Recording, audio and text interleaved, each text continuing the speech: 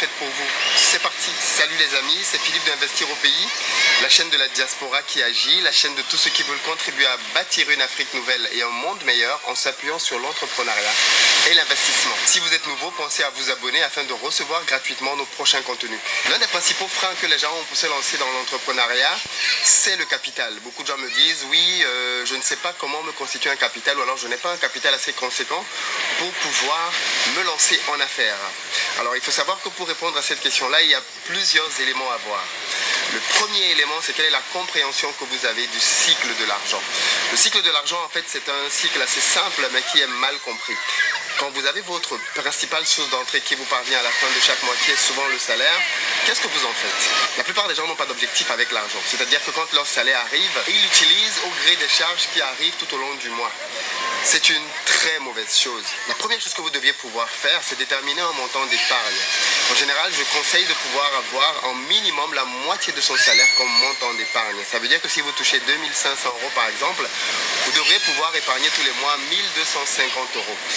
Si vous touchez 2000 euros, vous devez pouvoir épargner de même 1000 euros. Minimum, je précise. Si vous ne savez pas comment épargner autant d'argent, dans la prochaine vidéo, je vous expliquerai comment le faire. Une fois que vous avez mis 1000 euros de côté, le reste de votre argent en fait constitue l'argent sur lequel vous devez pouvoir payer vos charges et vivre, vous faire plaisir si vous voulez. Considérez dans notre exemple que vous avez 1250 euros pour gérer votre vie en fait pendant un mois. Vous devez pouvoir payer votre loyer, payer votre électricité, votre téléphone et tout le restant des autres choses que vous voulez faire comme aller au restaurant. Si vous considérez que ce budget là n'est pas suffisant pour pouvoir faire toutes ces choses là, alors privez-vous simplement de tout ce qui peut être superflu.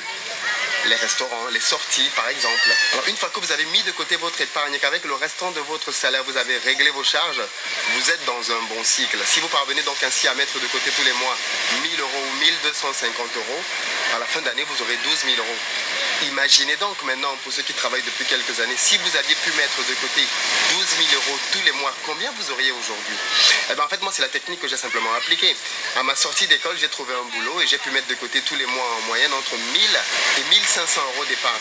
D'ailleurs quand mon salaire arrivait à 3000 euros, il m'arrivait de pouvoir mettre de côté tous les mois 2000 euros. Pour ça j'ai simplement suivi un conseil de mon père dont je vous parlerai dans la troisième vidéo de cette série. Vous comprenez donc très simplement ce que j'appelle le cycle de l'argent.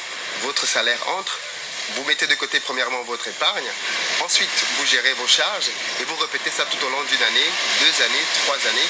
Et puis au bout de 3 ans, si vous avez mis de côté 1000 euros, vous vous retrouvez minimum avec 30 000 euros. Et là, vous avez une base qui vous permet de pouvoir vous lancer dans les investissements. C'est personnellement ce que j'ai fait et que je continue de faire. Mon épargne doit continuer de grandir. Quand j'ai commencé à me lancer dans les investissements, j'avais un capital de pratiquement 50 000 euros qui m'a permis donc de pouvoir me positionner sur pas mal de business. Acheter des terrains dans des villes comme Kribi, dans laquelle je suis en ce moment, d'acheter des terrains à Douala, de pouvoir acheter des terrains agricoles, mais aussi de pouvoir financer des ouvertures de restaurants. Tout ça a pu être fait grâce à une épargne, constituée au fil de plusieurs années de travail. Donc en conclusion les amis, touchez votre salaire, mettez de côté une épargne, n'y touchez pas. Considérez que votre salaire tous les mois est de 1500 euros si vous gagnez 3000 euros, et de 1000 euros si vous gagnez 2000 euros. Et ces 1000 euros là, n'y touchez pas pendant 1, 2, 3 ans, et puis vous aurez votre capital. Il n'est jamais trop tard pour commencer. Commencez aujourd'hui et projetez-vous. Projetez-vous en vous disant, dans 1 an, dans 2 ans, dans 5 ans, je serai à 30, 40, 50 000 euros d'épargne, et ça me permettra de pouvoir lancer mon projet. Le temps passe très vite les amis, et vous serez surpris de vous rendre compte que les 3 ans, c'est demain.